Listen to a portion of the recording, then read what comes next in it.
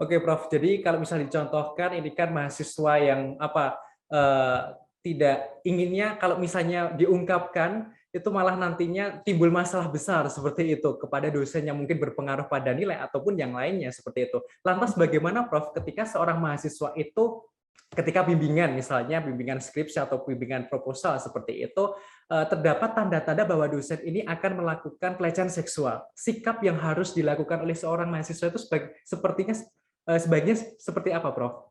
Ya, kalau menurut pandangan saya, apakah pelakunya itu sesama teman, Hmm. apakah pelakunya itu dosen, Ya. apakah pelakunya itu orang lain, ketika tanda-tanda itu sudah mulai muncul, perempuan harus berani mengatakan tidak gitu.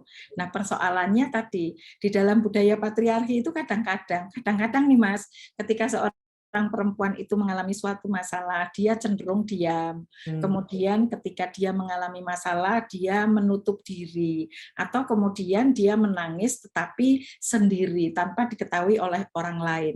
Jadi dalam pandangan saya, begitu tanda-tanda itu kelihatan, langsung menghindar. Kalau menurut saya seperti itu.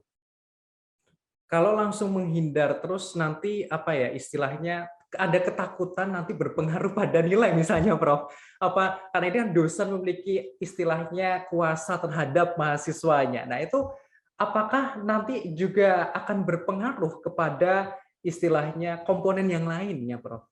Ya, sebetulnya kita harus melihat persoalan ini dalam konteks governance ya Mas ya. Oke. Jadi dalam sebuah tata kelola perguruan tinggi, relasi-relasi yang terjadi itu sebetulnya kan tidak hanya antara mahasiswa dengan dosen. Ada mahasiswa dengan mahasiswa, mahasiswa dengan dosen, mahasiswa dengan kepala program studi, mahasiswa dengan pimpinan di tingkat fakultas, bahkan di tingkat tertinggi adalah pimpinan universitas. Kita harus memahami ini sebagai sebuah governance. Jadi ketika ada persoalan-persoalan seperti itu, menurut saya mahasiswa tidak perlu merasa takut. Begitu sudah mengalami peristiwa itu, segera laporkan kepada pemegang otoritas. Jadi dalam konteks ini, kalau terjadi di program studi, biasanya melaporkannya itu bisa kepada pembimbing akademik atau bisa kepada kepala program studi. Dan saya meyakini, Mas, karena sekarang ini kan nilai-nilai keadilan gender, nilai-nilai memanusiakan manusia itu sudah mulai muncul ke permukaan, saya yakin dari pihak perguruan tinggi akan menindaklanjuti persoalan tersebut.